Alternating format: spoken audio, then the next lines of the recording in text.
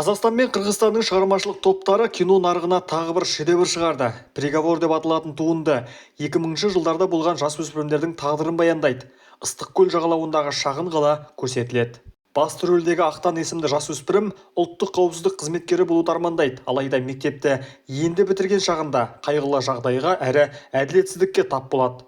Ал қылмыс жасаған Алан есімді жасөспірімнің әкесі депутат болғандықтан өз беделін пайдаланып, ұлын қорғаштайды. Әділетсіздікпен күресу үшін Ақтан өзінің досы Кубамен бірге сот ғимаратын басып алады. Кино авторларының айтуынша, бұл фильм «Черный двор» сериалының ізбасары секілді. Екеуінде де 90-2000 жылдардағы криминалдық кезең суреттеледі. Екеуінің жалғыз айырмашылығы 2000 жылдары қылмыс деңгейі мен әлімжеттік факторлары енді ғана азайып келе жатқанында. Режиссер Диас Бертістің айтуынша, фильмде жасөспірімдердің психологиялық портреті зерделенеді. Қайғы мен әділетсіздік оларды қызуқандылыққа итермелеп, тіпті өлімге де бас тігуге дайын болады. Кино шынайы өмірде болған оқиға негізінде түсірілген. 2009 жылы Қырғызстанның Тоқмақ қаласында болған. Қаруланған 3 жігіт аудандық полиция бөлімінің ғимаратын басып алған.